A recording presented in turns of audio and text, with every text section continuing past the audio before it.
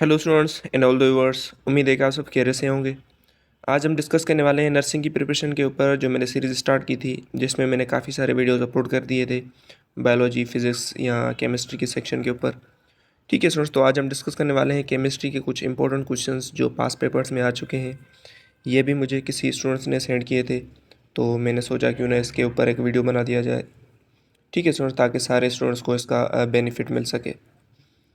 तो आज के इस केमिस्ट्री के सेक्शन में कुछ इंपॉर्टेंट क्वेश्चंस हैं जो पास पेपर्स में आ चुके हैं, हम डिस्कस करेंगे। उससे पहले वही सी बात, अगर आप बिना सब्सक्राइब किए देख रहे हैं तो do subscribe to my channel. अगर आपने वीडियो को अभी तक शेयर नहीं किया अपने फ्रेंड्स के साथ या वीडियो को लाइक नहीं किया तो वीडियो को नहीं आओ लाइक कर दें। ठीक है स्टूडेंट्स, तो स्टार्ट करते हैं आज के इस वीडियो लेक्चर को। इस केमिस्ट्री के सेक्शन में आपका पहला जो क्वेश्चन है वो है which of the following gases is used for welding purpose. तो कौन सी गैस है जो वेल्डिंग पर्पस के लिए यूज़ होती है?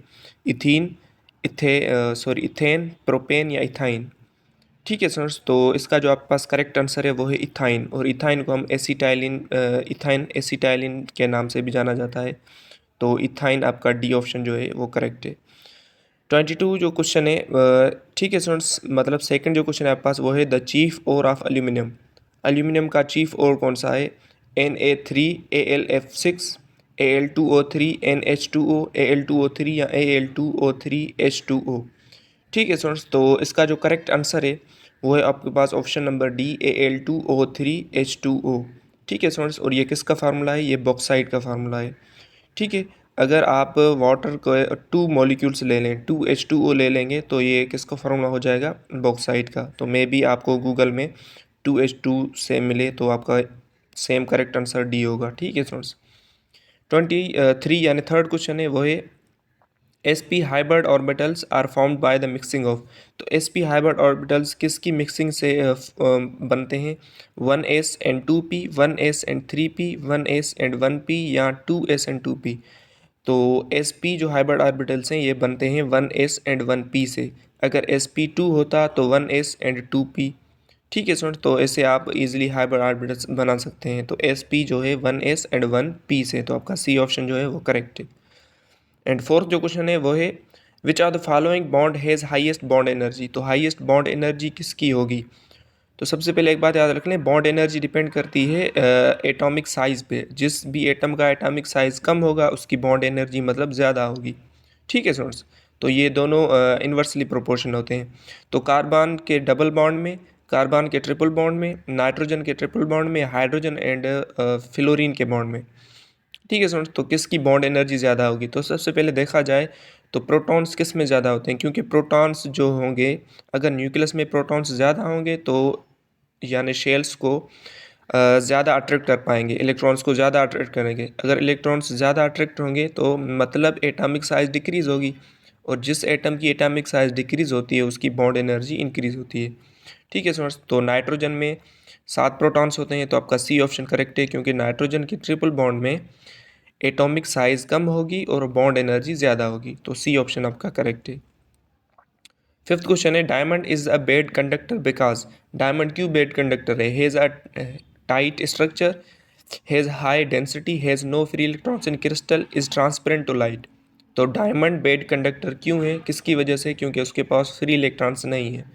ठीक है सर, तो आपका सी ऑप्शन जो है वो करेक्ट है।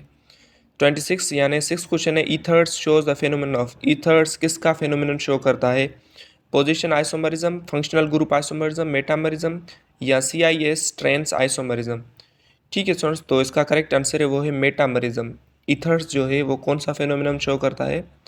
मेटामरिज्म का। 7 क्वेश्चन है metallic character of the elements. Metallic character जो एलिमेंट्स की है वो पीरियोडिक टेबल में किस सीरीज में होती है? Decrease down the group, increase down the group, decrease across the periods या इंक्रीज अक्रॉस द पीरियड्स। तो सबसे पहले एक बात याद रख लें, मेटालिक कैरेक्टर जो होती है वो पीरियोडिक टेबल में डिक्रीज होती है इन पीरियड्स, यानी लेफ़्ट टू राइट। अगर आप लेफ़्ट टू राइट जाएंगे तो डिक्रीज होगी, अगर आप डाउन द ग्रुप जाएंगे तो क्या होगी? इंक्रीज होगी। ठीक है स्टूडेंट्स, तो आपका यहाँ पे बी ऑप्शन करेक्ट है, डाउन द ग्रुप इंक्रीज होगी। ठीक है स्टूडेंट्स, तो ये आप कुछ पॉइंट्स आप याद रख लें जो मैं आपको बताता जा रहा हूँ। ठीक है, उसके बाद 28 क्वेश्चन यानी 8 क्वेश्चन है the nature of positive raise depends on. तो पॉजिटिव रेज की जो नेचर है वो किस पे डिपेंड करती है? नेचर ऑफ इलेक्ट्रोड पे, नेचर ऑफ डिस्चार्ज ट्यूब पे, नेचर ऑफ रेजिडुअल गैस पे या शेप ऑफ इलेक्ट्रोड पे। तो नेचर ऑफ पॉजिटिव रेज जो डिपेंड करती है वो डिपेंड करती है नेचर ऑफ गैस पे। जो गैस उस ट्यूब पे फिल किया जाता है उस गैस की नेचर पे पॉजिटिव रेज डिपेंड करते हैं। ठीक है स्टूडेंट्स, तो आपका करेक्ट आंसर है ऑप्शन नंबर सी। उसके बाद 29 क्वेश्चन है the net heat change in chemical reaction is same whether it is brought about in two और more different ways in one और several steps is it is known as. तो ये किस की statement है, हेनरीज लॉ की, Hess's law की, Joule principal की या डाल्टन्स लॉ की। ठीक है स्टूडेंट्स, तो ये आपके पास स्टेटमेंट होती है हेजेस लॉ की। ठीक है स्टूडेंट्स, तो आपका बी ऑप्शन जो है वो करेक्ट है। उसके बाद 10th क्वेश्चन है the volume occupied by 1.4 gram N2 at HTP। तो स्टैंडर्ड टेम्परेचर प्रेशर पे नाइट्रोजन मॉलिक्यूल, ये मॉलिक्यूल है, नाइट्रोजन मॉलिक्यूल का 1.4 ग्राम में वॉल्यूम क्या होगा। तो सबसे पहले एक बात याद रखें, STP स्टैंडर्ड टेम्परेचर प्रेशर पे किसी भी गैस का या किसी भी मॉलिक्यूल का जो वॉल्यूम होता है वो होता है 22.4 DM³ ठीक है सर। अब ये देखें, नाइट्रोजन का एटॉमिक मास क्या होता है 14 ग्राम्स और ये 1.4 ग्राम है। तो सबसे पहले आप क्या करेंगे 22 पॉइंट, ये अब देखें ना N2 का अगर मास हम निकालें क्या होगा 28 ग्राम्स और ये है 1.4 ग्राम्स यानी हाफ है। तो सबसे पहले 22.4 को भी आप हाफ कर दें। ठीक है, तो 22.4 को जब आप हाफ करेंगे तो आपका क्या आंसर आएगा 11.2। ठीक है, और ये है 1.4 ग्राम्स, तो आप उसकी भी एक पॉइंट आगे कर दें तो क्या होगी 1.12 ग्राम्स। ठीक है, तो 1.12 DM³ जो है ये आपका बी ऑप्शन वो करेक्ट है। ठीक है स्टूडेंट्स, तो आप इजीली ऐसे समझ सकते हैं क्योंकि नाइट्रोजन N2 में कितना मास होगा एटॉमिक मास 28 ग्राम्स और ये है 1.4 ग्राम्स यानी हाफ है। ठीक है, उसके बाद ये है 14 नहीं है 1.4 यानी एक पॉइंट आगे की तरफ है। तो 22.4 को जब आप हाफ करेंगे तो होगा 11.2, उसकी एक पॉइंट आगे रिमूव करेंगे तो 1.12 DM³। तो आपका बी ऑप्शन करेक्ट है। एंड 11th क्वेश्चन है molarity of pure water is. तो प्योर वाटर की मोलरिटी क्या होगी 1, 18, 36 या 55.5। ठीक है सर, तो इसका करेक्ट आंसर होगा वो होगा ऑप्शन नंबर डी 55.5। तो मे बी आप अगर गूगल करेंगे तो मोलरिटी ऑफ प्योर वाटर तो आपको मे बी आपका आंसर हो 55.5, 6 या 7 ऐसा, तो लेकिन यहाँ पे आपका करेक्ट आंसर होगा 55.5। उसके बाद 32 क्वेश्चन है द वैल्यू ऑफ आर। ये गैस कांस्टेंट है, तो गैस कांस्टेंट की वैल्यू क्या होगी। तो सबसे पहले देखें, एक इसकी वैल्यू होती है एसआई वैल्यू, एक इसकी होती है नॉन एसआई वैल्यू। ठीक है, और ये डिपेंडेंट होती है उस यूनिट्स पे। इसमें देखें 0.0821 DM³ ATM kelvin mole inverse, तो इसमें यूनिट्स गलत हैं। सेकंड आप देखेंगे तो ये तो बिल्कुल वैल्यू ही गलत है। सी ऑप्शन देखें तो 0.0821 DM³ ATM kelvin inverse mole inverse, तो ये जो वैल्यू है ये इसकी नॉन एसआई वैल्यू है। तो यहाँ पे जो इसका करेक्ट आंसर होगा वो होगा option number C 0.0821 DM³ ATM kelvin inverse mole inverse. ठीक है जोन्स, तो आपका सी जो ऑप्शन है वो है आपका करेक्ट आंसर है। उसके बाद आप पास 33 यानी 13 जो क्वेश्चन है वो है tritium an isotope of hydrogen contents. तो ट्राइटियम किस में कंटेन करता है, क्या कंटेन करता है, equal number of electrons and neutrons. नहीं, equal number of electrons and neutrons नहीं होते ट्राइटियम में। Equal number of electrons protons and neutrons बिल्कुल नहीं होते। सी ऑप्शन है number of neutrons are double than the number of protons. यही C option आपका करेक्ट है क्योंकि इसमें ट्राइटियम में 2 न्यूट्रॉन्स होते हैं और 1 प्रोटॉन होता है। तो आपका जो इसमें करेक्ट आंसर होगा इसमें वो होगा option number C 2 double neutrons and 1 proton, यानी न्यूट्रॉन्स का जो नंबर से तादाद है वो प्रोटॉन से डबल है और इलेक्ट्रॉन भी एक होता है ट्राइटियम में तो इलेक्ट्रॉन से भी डबल होगा। तो आपका सी ऑप्शन करेक्ट है। ठीक है स्टूडेंट्स, उसके बाद 14 जो क्वेश्चन है वो देखें। अब 14 जो क्वेश्चन है आपके पास वो है which statement about the following equilibrium is correct. अब ये आपका केमिकल रिएक्शन मिला हुआ है 2SO2 + O2 2SO3। इसकी एंट्रोपी यानी हीट जो मिली हुई है वो है -39.5 सॉरी -395 किलो जूल पर मोल। ठीक है स्टूडेंट्स, अब देखें अगर हम इस रिएक्शन को देखें क्या यह एक्सोथर्मिक रिएक्शन है या एंडोथर्मिक रिएक्शन है। तो सबसे पहले हीट क्या हुई है, हीट रिलीज़ हुई है। तो हीट कौन से रिएक्शन में रिलीज़ होती है, एक्सोथर्मिक रिएक्शन में।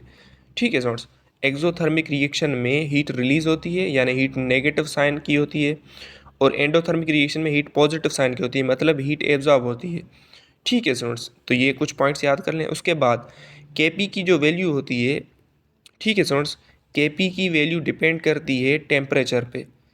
ठीक है, अगर आपका एक्सोथर्मिक रिएक्शन है या एंडोथर्मिक, अगर आपका एंडोथर्मिक रिएक्शन है और टेम्परेचर इंक्रीज़ हो रहा है तो इसका मतलब Kp की वैल्यू भी इंक्रीज़ होगी। अगर एक्सोथर्मिक रिएक्शन है और Kp यानी टेम्परेचर इंक्रीज़ हो रहा है तो मतलब Kp की वैल्यू डिक्रीज़ होगी, यानी इन्वर्सली होगी।